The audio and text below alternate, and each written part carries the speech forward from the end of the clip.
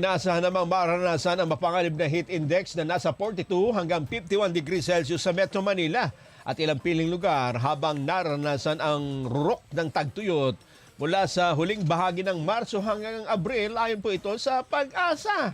At aabot daw sa 46 degrees Celsius ang heat index sa Science Garden, Quezon City.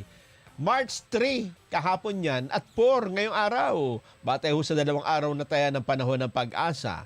Kabilang din sa lugar na makakaranas ng danger level na heat index ang Clark Airport, Pampanga, Muñoz, Nueva Ecija, Abukay, Bataan at Subic Bay, Olongapo City. Kaya pinapayuhan mag-ingat sa heat-related illnesses tulad ng heat stroke at dehydration.